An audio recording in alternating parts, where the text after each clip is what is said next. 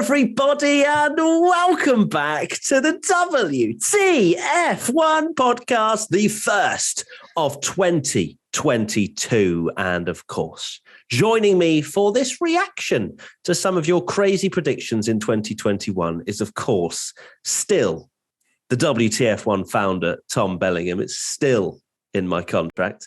And Katie, the newly acclaimed WTF1 author. You've won several awards. People really enjoying the WTF1 annual. So that was good. And what book are you going to be writing next, Katie? I am going to be writing about how Tom Bellingham founded WTF1. Ooh. The life and times. Yeah, I'm writing his autobiography or biography. Amazing. I look forward to reading that immensely. And if I don't feature in every page, Tommy, I'm going to be disgusted. So yes, as I say, we're going to be talking about the F1, some of your predictions as well as our own, and reflecting on what we thought would happen in 2021. We're going to do probably more extensive predictions for 22, because I think it's funny to look back on and whatnot. But there are quite a few predictions, some good, some terrible, that will reflect. So why don't you kick us off, Katie, with your, not three-word race review, your prediction for 2021? Yeah, so my prediction for 2021 was that Esteban Ocon would beat Fernando Alonso. And although it didn't happen, like straight up, I was wrong. I was very close. And I want to, people in the comments, I was reading through the comments from the video that we did in January last year, and people were like, Katie doesn't know anything. She is really stupid. And Fernando Alonso is going to completely wipe the floor with Esteban Ocon. And after I made that how they speak? Wow, they're proper like silver spoon in their mouth, that kind of vibes, right? Like, oh, yeah. Yeah, Katie is so dumb. But I am pleasantly surprised, actually, at how well Esteban Ocon did. This time last year, I was apparently very confident in his beliefs. And I mean, he won a race this year. Yeah, it might have, been gifted to him in a sense, because Bottas helped by wiping out half a field. But don't take it away from you. Don't take it away from you, Katie. Yeah, I'm gonna take this and say I did okay. So to all the people that were slagging me up in the comments. Was Ocon ever ahead of Alonso in the championship? I know that he obviously won that race, but I feel like he was closing the gap to Alonso at that point. But I may well be wrong. He was ahead at the start. Yeah. And then that's true, yeah, because Alonso didn't finish, but he was ahead until, well, for at least Monaco from the look of it. So okay, so you were right for a few races. Well done, Katie. I was getting a bit worried. It went wrong. So obviously there's a forfeit that came from. My internet connection's breaking up. Sorry, I've got to go. This year, do you want to remind everybody? Yes. So I said that if Fernando Alonso does beat Esteban Ocon, then I'll go into the middle of London to Piccadilly Circus or whatever it's called and shout, "I'm sorry, Fernando." But unfortunately, London is deserted at the moment, so I don't know when I'm going to be able to do it. I can't even travel up there because of the restrictions. I think it has to be at least, I am incredibly sorry and apologetic to you, my Lord and Saviour, Fernando Alonso. Like, we need to extend it. I'm sorry, Fernando's not enough. Just for the record, mine, it wasn't me shouting because of my prediction. I was going to shout if Alonso didn't beat Ocon. Yeah. Just for the record, before everyone's worrying why I'm not shouting wanted about to see the founder do it. Yeah, I wasn't that confident about my prediction, but we'll get into that later. When Ocon won in Hungary, were you sort of quaking in your boots a little bit? I was a little bit. I was like, oh, for goodness sake. Like, Alonso, in my opinion, was the better driver. And then obviously when Ocon got that win, it's such a massive point swing to get, 25 points in the bag. When you're a midfield team, I mean, how many points did he score? 74. So yeah, like a third of his entire points was that one race. Which is insane. So insane. Yeah. But I was definitely sweating a little bit at that point. Like, oh God, it was really close. I mean, we'll go into our predictions, but I mean, Katie, you were within 7 points of it being correct, or 8 technically. Me and Matt were not. Yeah, that's a good segue there, Tommy. Let's go straight into my prediction then, shall we? I went with McLaren will be the second fastest car. Now, I feel like, at the beginning, they weren't too bad. It was, Lando was absolutely on one, to be honest with you. And who am I kidding? I mean, obviously it didn't end up that way, and they didn't even beat Ferrari in the standings in the end. Lando eventually finished P6 in the championship after sitting in P3 for quite a while. I don't really have much to say, really. I thought the McLaren, with that new Mercedes engine in their car, may well take a step forward, and I feel like they did. And maybe they'll be kicking themselves that they didn't beat at least Ferrari. I say at least, probably at most as well, Ferrari in the Constructors' Championship. But look, I was wrong. I'll completely hold my hands up. Yeah, I don't know why I'm about to defend you here, because you're definitely going to be roasting me for mine. But what I will say is, we did these predictions just for a bit of context. We did this in January, so before testing, which is mad to think, because we went into that season and it was very much because of the new rules. We hadn't had testing yet, and we didn't have this whole, Mercedes are really struggling and Red Bull are way quicker. It's mad to think that all these predictions were before that. So we didn't see that Red Bull, potentially even challenging for the title at this point last year. I think everyone was just like, well, Hamilton's won his 8th title just by re-signing. And that's it. But yeah, I mean, you were, slightly far off. If we're going on points, you were 310.5 points. Wow. You really had to, have my back a little bit. Rubbing salt in the wound. Had to have my back a little bit. I'll humour you a bit. But yes, these predictions were made before we knew any of the form book, just so we know. That's more fun though, isn't it? Because then we can laugh about how terrible we are. Well, yeah, we've got some incredible predictions coming up, which from some of you guys. So just wait for that one. But so there you go. Very wrong. Nothing more to say on that. Tommy, what was yours? Mine was Yuki Tsunoda will beat Pierre Gasly, which he did in the final race, and only the final race. Here it is. That was another. I've not really got much to defend. Tsunoda had 78 points, awful season. 78 points. Okay, so yeah, no, don't say points, okay. Not as bad as 300. Well, of course not. I mean, it's 2 cars. Yeah, but it wasn't great, was it? I was very confident. It was quite funny, actually, thinking back. And I think Tsunoda banged it in P2, didn't he, in Q2 at Bahrain? And I was like, oh my God, I look like an absolute genius here. And he looked really quick. I swear he was like top 3 as well. Like he was on soft tyres, I think. He was looking really quick. And he had a really good Bahrain. He didn't do too well in Q3, but then had a really good, an exciting race in Bahrain. And he became like this star of like, oh, this guy's really exciting. He's making loads of overtakes and stuff. And then I think it pretty much felt like since the crash in Imola, when there was so much hype around AlphaTauri being good for that race, it really just went downhill. And then he just sort of got into this awful cycle. I mean, he had some decent, like looking back, I don't even remember, like, I feel like he did terrible in every race apart from the first race and the last race, but he did get a few points finishes here and there, but it was not a great season at all. That's recency bias. Tsunoda is the best driver at AlphaTauri. Yeah, exactly. After Abu Dhabi. But yeah, it was a poor season. And I mean, you've got to, well, whether you say it was right or wrong, I think you'd be very surprised of a team, of all teams, at Red Bull driver program that have kept him on for next year. But it's insane as well. Going into Abu Dhabi, the last race of the season, he was only 4 points ahead of George Russell. Then, of course, he was P4 and made that look a little bit better, but still 14th in the championship for Tsunoda. Well, look, let's see. He was quick at the end. Maybe he's got a bit more confidence. New cars, no excuse to say that Gasly's got the car that he's used to. But we'll see. Tsunoda, he has had moments of brilliance. I wonder what Tommy will predict for 2022. Will it be the same thing? We'll find out. I will predict.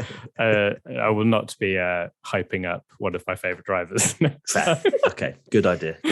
Right, now we move on to F1 fan predictions, and some of you guys who submitted yours, which we reacted to in January, we're going to go back through them. And this first one from Senna K17, I'm actually quite upset that it came true, and you'll probably know why when I read it out. I truly believe with all of my being that McLaren will win a race this year, and if they don't, I will buy every T-shirt in the WTF1 store. Damn it. I think I even bookmarked that ready to retweet it. It was like, no way McLaren are winning a race. And they were the only team to get a 1-2, which is absolute insanity. Still haven't really been able to process that. But yeah, Senna K17, you were entirely correct. And, it came in stranger circumstances than maybe Senna K17 was potentially predicting. I think we were both on the same sort of feeling that McLaren were going to be quicker than maybe they ended up being by the end of the season. But look, correct. Ding, ding. Well done. I am very impressed at the fact that came true. Fair enough. But yeah, like you say, if they were going to buy every t-shirt in the WTF1 store, I mean, we have plenty of McLaren a lot of t-shirts stuff in there. So yeah, maybe I hope they'll buy a t-shirt once McLaren won. Yeah. At least. Please. Have to. Absolutely. So that's that one. Any comments on that, Tommy? Well, yeah, maybe it's still mad. I think that's probably the maddest stat, isn't it? That they were the only 1-2 of the year. But yeah, could have even got back-to-back wins with Russia, and then that's when they completely kind of fell off a little bit and plummeted to fourth. But yeah, that was one of the predictions where I was like, favourite this one, and Tommy thought he was getting a payday. Yeah, I wanted someone to do the thing where you wear like as many t-shirts as possible, and you just become like extra large. Yeah. Well, but it's not coming true, at least for this year. Let's see what Senna K17 produces for 2022. Swift Sambi is the next prediction. Red Bull driver saga will continue with claims of Sergio Perez being replaced mid-season by Yuki Tsunoda. Ooh, that's not age very well. No, that's that. I mean, yeah, I don't really know where to go with that. Obviously Perez did have his struggles, but I don't think there was ever a conversation of him really being replaced, especially by Yuki Tsunoda. Obviously, I think there's obviously going to be things around Gasly and how he was driving really well, but I think a lot of fans understand that seat at Red Bull just isn't really where he can or wants to go, probably, although he has come out and said obviously that, I'll go to Red Bull, but deep down I think we all know that would not be the move for him. But yeah, not for Tsunoda, unfortunately. Swift Sambi. No, I mean, like you say, there was claims of Sergio Perez. He had a bit of a difficult stint mid-season because he didn't get his contract signed straight away. Like after Baku, obviously he won that race, and Christian Horner was praising him, being like, it's evident we finally got that balance right and all that kind of stuff. And then, yeah, he just seemed to have a bit of a difficult mid-season. But yeah, there was never any talk of Yuki Tsunoda going there. If anything, it would be Yuki being replaced mid-season and maybe Gasly or somebody being promoted up. But they've actually surprised me this season, or last season, Red Bull, by not swapping anyone around, not playing musical chairs with their drivers, especially given the performance of Yuki and Perez on certain occasions. But everyone's still there in 2022. It's like a parallel universe. It's very strange. Yeah, they've been super supportive over their drivers, having even sort of like moving Tsunoda to Italy to kind of help his development and get close to the team. And they've been super patient with him. Perez is we kind of did this already in ABCDF1, but Perez is such a difficult one because if Max hadn't won the title, you'd look back at the races where Perez wasn't there and go, he didn't really he could have been better and taken some more points off Hamilton, and then Max would have won the title. But as it was, Max won. And then in that way, you can look back at the moments where he did take points off Hamilton and be like, well, actually Perez, and obviously the heroics in Abu Dhabi as well, and that sort of thing. So he definitely, I think overall it was definitely the right choice to get Perez in. And he had a good season, all things considered. It's funny that we put him, I think he was 9th in our ABCDF1 rankings. A lot of the other rankings I saw where it was like drivers do it, team principals, like Perez wasn't in the top 10 for any of them, was he really? So a difficult season, but I think he's been solid enough. And I think it's the end of the season really was where he shone. Whereas I think the problem with Albon is it was the end of the season where he actually did worse. And that was the problem where you want to end on a high. And I think that's what Perez did. So I think Red Bull will be confident going forward with him. Make a good point though about the whole, fact that again as well, Albon didn't manage to pull off just some random heroics to allow Verstappen to win the title. Like they weren't in that hunt, so it was very much just focused on his performance. Whereas Perez, as you say, could produce that clearly championship winning defensive drive in Abu Dhabi, and that's all you need as a teammate. If you win them the title, that's it. Of course, you could get nitpicking and be like, well, how could they have won the constructors title? And I'm sure if Perez didn't have that slump, Red Bull could have won that as well. But I'm sure, we saw the elation of Christian Horner and the Red Bull team that they'd won the drivers title. So well done. And how happy Mercedes were for winning the constructors. Not at all. Didn't even want to post it for 3 or 4 days. Right, next up, actually on similar talking points, at ERL_Vader, Perez will expose Verstappen. He will be right with him and will prove it wasn't worth Red Bull building an entire team around Verstappen. Now, when this prediction came in, I was very much on the thought train that Perez was going to be a lot closer to Verstappen. I was convinced after how good he was with Racing Point and Force India. He always was there, and bringing a car that potentially didn't deserve to be there, but consistently performing.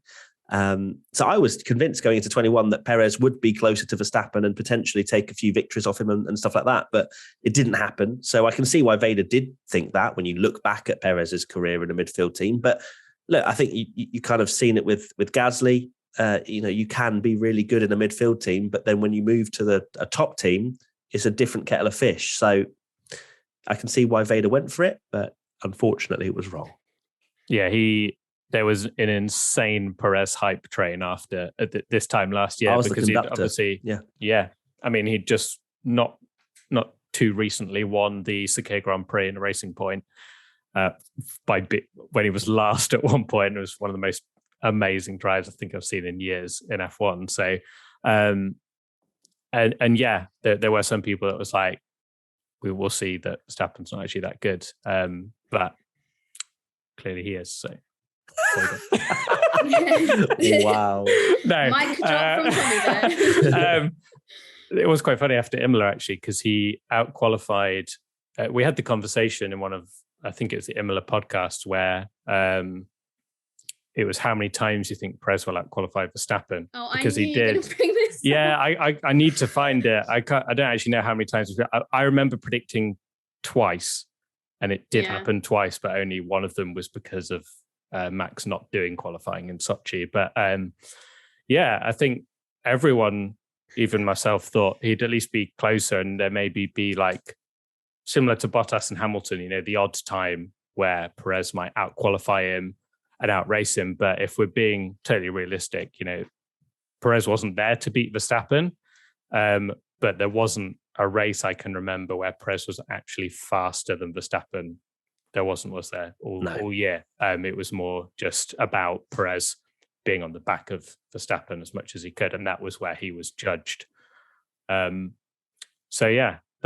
not the greatest prediction, but like you say, I can see why people went for it, because I think a lot of people thought it would be a lot closer than that. Yeah, I mean, Perez going into that Red Bull seat, he had so much more experience than anyone that had been there before. And so we thought, that's going to obviously aid things. But I'm hoping next year, I'm not saying that Perez is going to expose world champion Max Verstappen next year or this year. I keep getting confused. It's I'm so sure confusing. Twitter will tell you that you are. Yeah. But yeah, hopefully we saw it that Perez was able to get a better hang of the way the car worked, maybe make some changes towards the second half of the season. And as a result, his results did improve. So hopefully now he feels like he's got that voice within Red Bull and he knows what works for him, what doesn't work for him in that Red Bull. And with the new regulations coming in, maybe we'll see a bit more of an even challenge between the two. But yeah, exposing Verstappen, that is a strong statement to make. And I love it. Yeah, strong but wrong.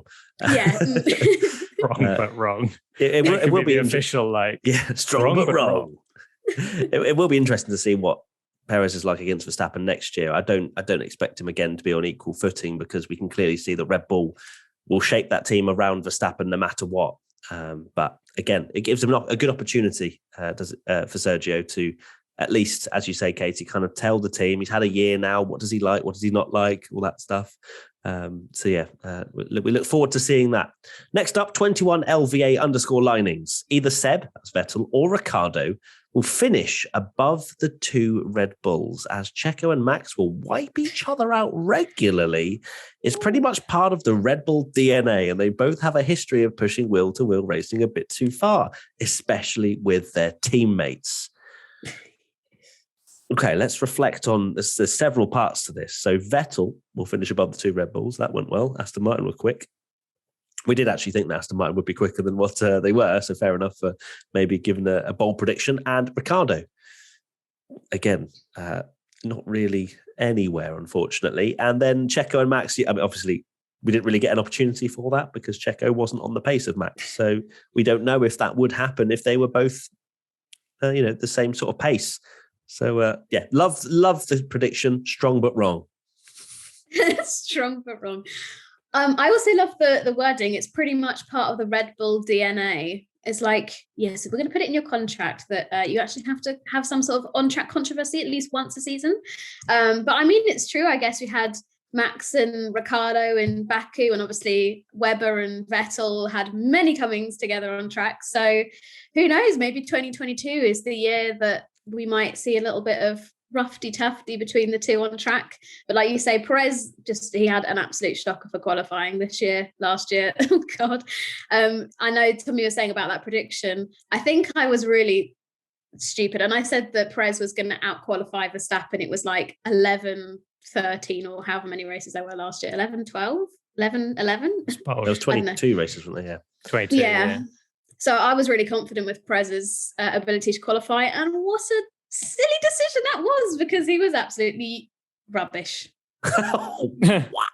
It's he's been knocked out in Q3 every other weekend. Yeah, fair. No, fair. Yeah, No, I just his qualifying was where he was let down the most, and I think that's where he's been the biggest letdown because, like you say, we didn't have those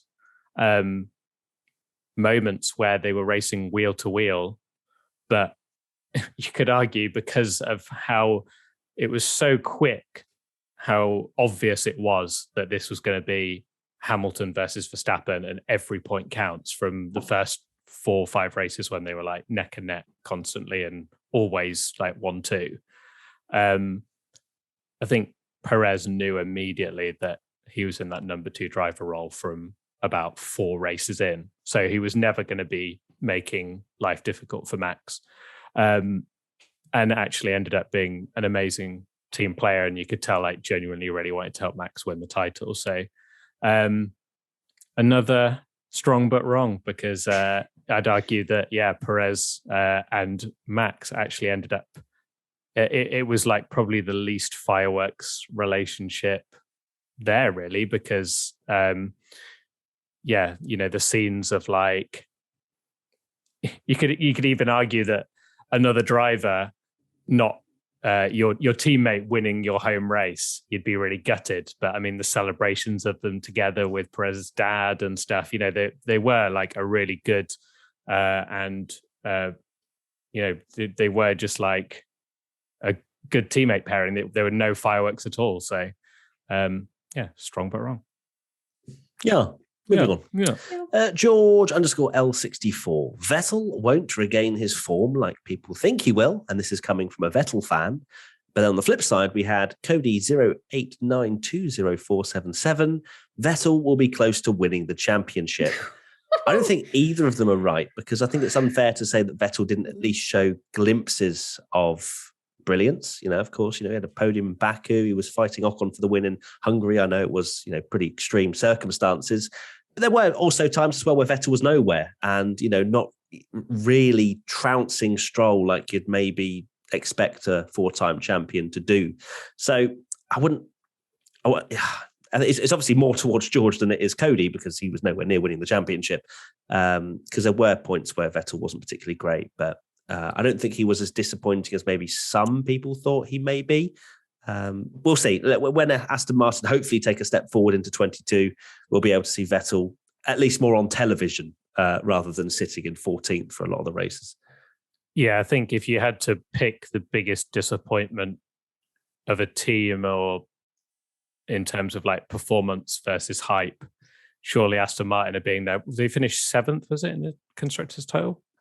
Is it 7th? I believe so. I will Aston Martin. Yeah, so they only 7th. So they only beat Williams, Alfa Romeo, and Haas in the constructors and they were nowhere title. near AlphaTauri. Yeah, that is. Yeah, they were almost half. It was 68. No, 7. I'll work that out. Keep talking. 65 points. Yeah, That's great. exactly. So they were nowhere, but really, really poor. And to say that the Aston Martin hype was unbelievable after like the start of the year, because of how good Racing Point were. Again, we hadn't had testing yet where we realized that Mercedes had been pegged back because of the high rake and the rake concept, which is the thing that hurt Aston the most as well. And their concept was just didn't work at all, and they didn't really improve throughout the year and were just pretty dreadful. So yeah, there were quite a few that were like Vettel. A lot of predictions were like Vettel best of the rest. You know, we're going to see a new Sebastian Vettel. And like you say, we weren't, after the first race, I was definitely worried that this is like Seb's career over. I know it was only one race, but after the year he had and then to go into that first race and have arguably one of the worst races of his entire career, pick up all those penalty points, it was like, oh God. Yeah. And then he picked up his form in the end. And I think at the end of the day, he was like decent, but not absolutely amazing, but definitely not anywhere near a championship contender. To say he finished 12th in the championship, and that's despite a podium. Yeah. And obviously he could have got a P2, but that was obviously fuel disqualification, wasn't it? Even with that, he wouldn't have been. He would have still been 12th in the championship. Okay. Oh, wow. Okay, that's painful. Yeah. Let me put a theory to you, which I've just made up on the spot.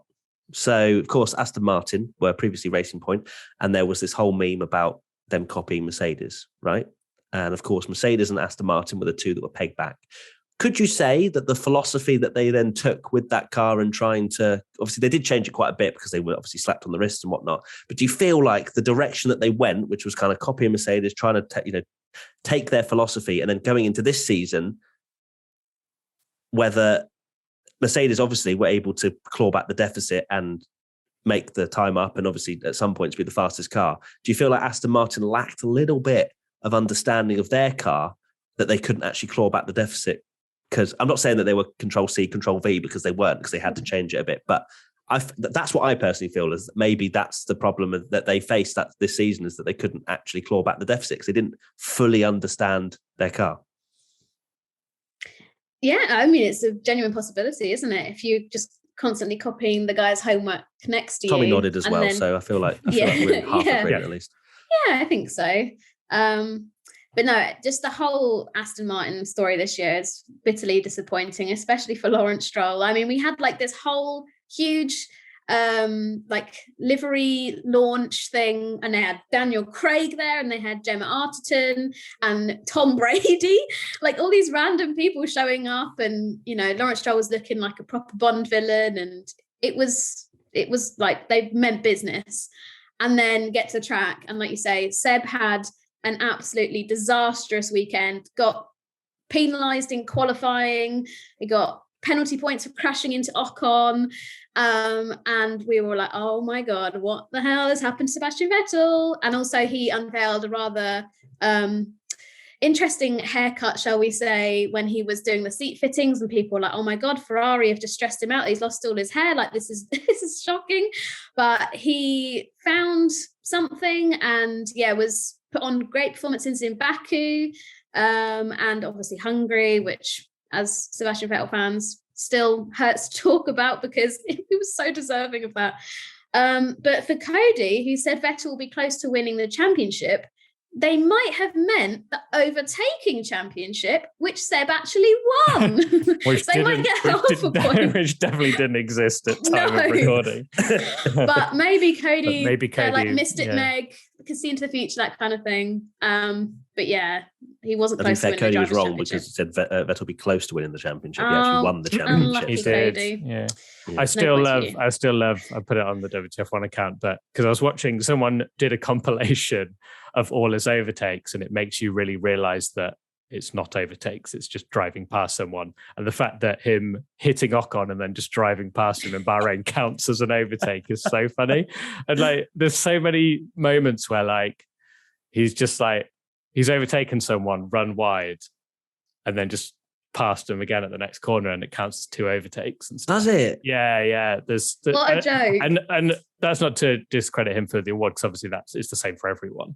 It's a stupid award. But it is just so funny that like, there's no way he did 142 or whatever it was overtakes. He probably did like 50. And then like Kimi as well was right up there, and you just like, yeah, crazy. Kimi's like, all his overtakes would be like the 5 places he made up on the first lap after qualifying 19th, that kind of thing. So. I'm convinced that award is just who is the worst qualifier award. That's basically it, because you've got a good car and you can overtake. But anyway, they have to get their sponsors in and make random awards so that they can call them crypto this and whatever. Next up, racing for points. Carlos and Charles will collide a couple of times. Binotto will be mad and one of the drivers will be sad come the end of the season. I love that. It's just like a little poem. I remember that now. Yeah, it's brilliant. They didn't collide. They came close, maybe in Saudi. Brazil as well. Brazil. Didn't actually collide though. I feel like next year this could be a solid prediction, and one of the drivers will be sad, I'm sure. But yeah, look, I know what my prediction is for 2022, but we won't. I've pretty much already said it, but I've already tweeted it. But we will do a video. I'm sure close to the season. I have already tweeted it. Banged. It's fine. The guy liked it. Anyway, yes, I think they'll collide a few times next season. Yeah, I mean, I'm surprised that we had an even playing field as we did with Carlos and Charles, because Charles, as we've said so many times in this podcast, was Ferrari's golden boy, and that was the future of the team. And Carlos was sort of coming in. I thought he'd sort of fit nicely into that second driver position, but actually he ended up beating Charles in the driver standings. And I guess Charles is the driver that will be sad come the end of the season, because he probably thinks, hang on a minute, this is my ground. What do you think you're doing coming in, taking my top spot? I'm not concerned. Yeah, taking my 5th place in the constructors. Yeah. It is funny that a lot of people, obviously, Carlos had a great season, like one of the drivers of the season, no doubt. But as Tommy said, and, quite rightly put me in my place when I was like, oh, Charles didn't have a great season. And then you kind of just look at it and you go, well, actually, no, he did. It's just the points didn't really show for maybe some of his performances that he put in. But yeah, the amount of times he finished is, I know it's not really, and you can say this the same, like it's kind of similar to, when you look at Hulkenberg's performances, and he was like, when everyone finished, he was 7th every single race, when he like getting the best out of the car that he possibly could. And then when it's a crazy race, he just didn't get that podium. Like he didn't make the places up that when the people in front of him fell. That feels exactly like Charles. If you look at Charles' season, the amount of like P4s that he got in the season is crazy. And yeah, like only got 1 podium, and arguably, could have and maybe should have won Silverstone. So don't bring that up. I am not over it in the slightest. I remember sat there. We're all sat with you. I was looking at Matt. I was like, is he going to cry? Is he going to cry? My brain has still he was so far in the lead. I was convinced he was going to win. Yeah. And then just every time they went past, I was like, oh God, he's closer. Oh God, he's closer. Like, all the Brits were cheering for Lewis, and we're just us going, "Go on, Charles!" I was definitely saying it louder than that, but yeah. Carlos and Charles colliding. I'm surprised it didn't happen at any point, because they were close. They collided with the wall a lot, but just not with each other. You didn't have. I don't feel like there was that many moments that they were on track together. But when they were like on track together, there were moments where you're like, this could get a bit spicy. And then for whatever reason, like there was a pit stop or something like that. Ferrari intervened. Yeah, definitely. It's definitely the kind of thing that when or if or when they end up at the front again, then we will see. There will be moments where Carlos is in front and maybe Leclerc's faster and wants to get past. That's when you start to see it, when they're in the forefront of it and they're racing for like wins and stuff. So yeah, I agree with you that this is probably a better 2022 prediction. But I am actually quite surprised that they didn't collide once all year. I don't feel like they actually raced that much though until maybe the end of the season, where they knew the constructors was pretty much wrapped up for P3, because I don't think we really saw it until like, I don't remember what happened in Brazil. I can't remember what happened there with them. Katie, do you? I think they just were really close. It's just in my brain. I don't think there's anything in particular, but they were going over the only one that sticks out is start Saudi, finish straight and into turn 1. But I don't know. Maybe I've just imagined it. Maybe, but no, the one that I do remember. In my head is Saudi, at least. Yeah, Saudi as well. I remember thinking like they're close together, and there was a little bit. Like they ran off turn 1, and there was a lot of team radio stuff. But yeah, we'll see next year. It could be a very interesting one when they're fighting for P1 and 2. Angry Dino 2 is the next prediction. Alfa Romeo will make a huge step forward and finish 6th in the standings. No. They finished 9th, didn't they? 9th. Which is worse. Yeah, strong but wrong. Strong but wrong, unfortunately, because Not that even strong. is 129 points behind where they needed to be. If they wanted to finish P6. So, it's almost as bad as your prediction. 300, yeah. Up. You're horrible. It's nowhere near as bad as my prediction, to be fair, not even half. I think, I don't know. It was a strong but wrong, and also quite bold and out there, and I think just kind of threw caution to the wind in Angry Dino too, because I'm not sure what really would have suggested that they were going to make a huge step forward, and they didn't really, did they? I had a look. They got more points than last year. So a step forward. Yeah, but by how many points? 5. Yeah, exactly. Forward. Huge step forward. Not a huge step forward, definitely not. And did they finish 5th? Oh no, that was in 2019. But the key thing was, Williams were picked up a massive stack of points. Alpha finished like on the cusp of the points a lot. Like every race, they're like 11th and 12th, like looking at this list. But not a huge step forward. For me, I can't even see them making a huge step forward next year, but we'll save that for our next one. Well, no, you got Bottas coming in, a lot of experience, but then on the other side, you got Guan Yu Zhou, who's I think they'll be better, but just not. I just can't see them ever being anything other than like Sauber. Yeah. Yeah, it's annoying that we didn't. I say annoying. I'm very much looking forward to the new regs, but having Bottas going into a very much back end team, I would have loved to have seen what his kind of pace was in that car to see, if there was any sort of steps forward that he could make as a driver. But either way, there should be one race at the end of the season where you get to swap the car early, and you get to the new people get to drive their new car, and then you get to properly judge a rookie race. A rookie race, the final race of the year, a rookie race. That is actually, and it's going to be very lonely for Guan Yu Zhou this year. Yeah, and it's funded by someone.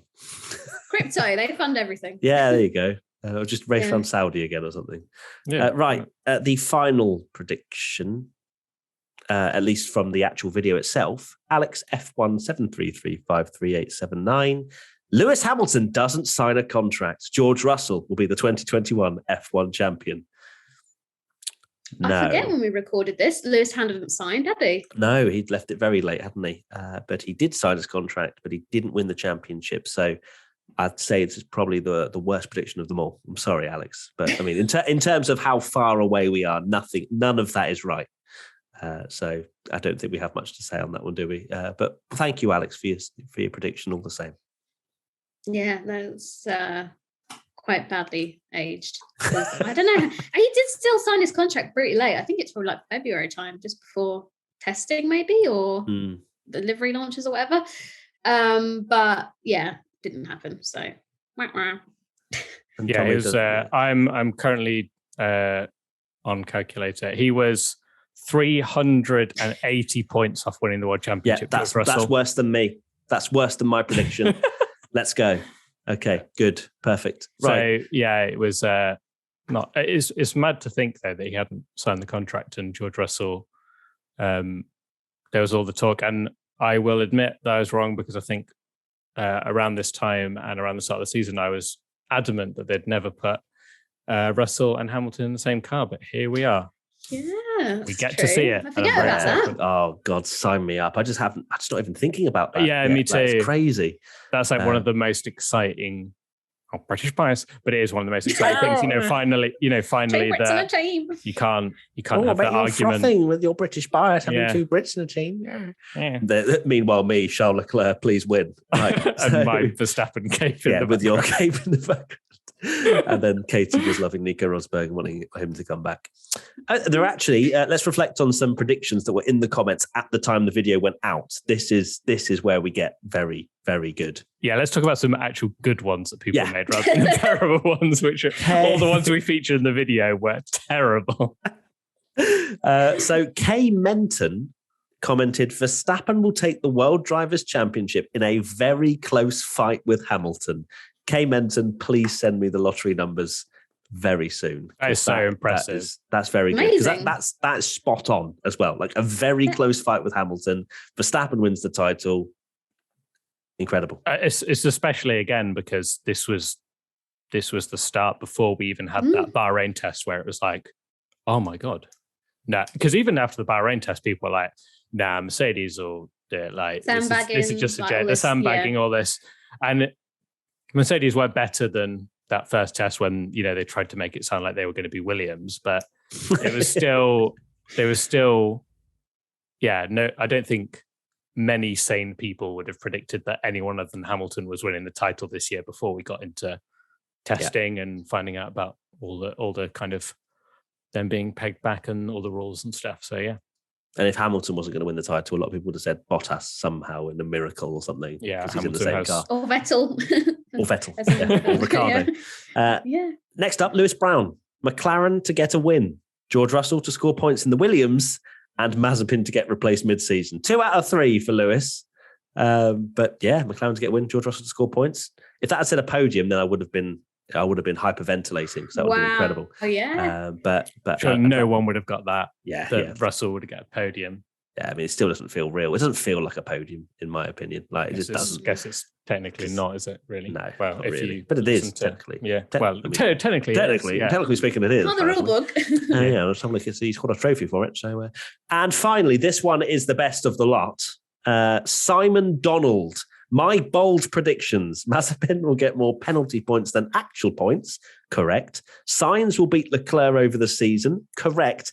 And McLaren will win a race but drop to 4th in the standings. That is so specific. Are we sure that this man commented this? I looked through the comments. And he didn't edit it. Katie did the sheet and I found that I was looking through more and I found this one and it was 11 months ago, this comment, and it had no likes. No editing. No editing. 11 months ago, this prediction was made. And I was like, wow. Fair play. Simon Donald. I mean, that deserves a round of applause. I mean, that is unbelievable. Wow. I'm gobsmacked, especially that last one. Why would you say that they win a race but then drop to 4th? Why would you say that? I don't get it. I'm not questioning whether it was. No, it 100% was. It 100% was. Well, Simon Donald, congratulations. Honestly, you win at life, really. That is unbelievable. It's probably one of the best predictions we've ever had on. Oh, easily. That's ridiculous. And I've had some great predictions. and I predicted the entire finale. Yeah. Stroll qualifies Vettel. Love that. Right. That's pretty much it, isn't it? For our reflection on some crazy, some funny, some bad, some good 2021 predictions. We will be doing a 2022 predictions, as I mentioned. So be ready for submitting your bold aims and predictions and suggestions and whatever you want to call them. Get ready for that. Yeah, it should be good fun. But we'll do that closer to the season. So when we've seen a bit of testing and I'm not so terrible. No, we have do it before testing. Yeah, we have to do it before testing. I guess it's funnier, isn't it? Yeah, it's much more fun. And then people like Simon Donald can just absolutely flourish. Yeah. So I'd be like, Yuki's going to be terrible. And then when Yuki's fastest in testing by a mile, we'll be like, brilliant. Wow. I still think we should put our top 3 championship predictions in an envelope and seal it and then open it. I think we should do the entire table. The entire table, for both drivers and constructors. And I think we should say it and own it. And I think we should predict every result of every race until we get one right, and then I can clip it and be like, oh my god, I got all 20. I can't believe you thought New Latifi would get P7 at Spa. Oh god. Imagine Guan Yu Zhou wins a race and then one of us just stupidly predicted it at that particular race. That'd be unbelievable. That would be good. I think we should, we'll definitely come up with one where we have to predict more than just we'll do a bold prediction, but also things like who will be the biggest surprise, who's going to win the title, that sort of thing. So you can all of mine will be Leclerc, so you can just fill that Leclerc. Charles. Leclerc does well. Biggest surprise, Leclerc does well. Biggest disappointment, Leclerc. Oh. Right, Tommy, final thoughts. Goodbye. No. Never fails to make me laugh. I think it's actually really funny looking back at these because that season was so long and so much has happened that I'd kind of forgotten about so much of the hype drivers of Aston Martin and Perez and all this, and Vettel's going to win the World Championship, and so many people were saying that, and it's mad to think how the season progressed, and you look back and it's like, oh yeah. Yuki, the thing is, I think next year will be even worse as well because of the fact it's a complete rule shake, isn't it? Complete shake up of the grid. So that should be should be good to watch. Although my bold prediction will go into, but wow, look at that cliffhanger, hey! Wow, stay tuned. Katie, final thoughts. My final thoughts is I loved your face where you're having fun, and then you're like, oh god, Matt's throwing final thoughts, and you're like your face concentration mode. My final thoughts is I hope everybody's having a happy new year, and also thank you to everyone who has shared pictures of them with the annual, because it's amazing to see how many of you got it for Christmas or maybe got it slightly later because it got shipped to the States or wherever it may be. It just warms my ice cold heart, so thank you very much. Ice cold heart. Ice cold heart. I don't have an ice cold heart. I don't think anyone would have ever said that you have an ice cold heart, but there we go. I promise I have a warm heart. Is that a thing? I'm going to stop talking. And on that note, no, that's a final thought. There you go. That really is. Thank you, everybody, for watching and listening to this WTF1 podcast. As you probably know, we will be doing a lot of podcasts over the course of the entire year. So please do subscribe on YouTube or whatever audio platform that you're listening on. Give us a like, hashtag WTF1 podcast if you want to get involved in the discussion. And that is about it. Thank you, Tommy. Thank you, Katie. Thank you to all of you watching and listening. And we'll see you very soon for another WTF1 podcast. Goodbye. Goodbye. Goodbye.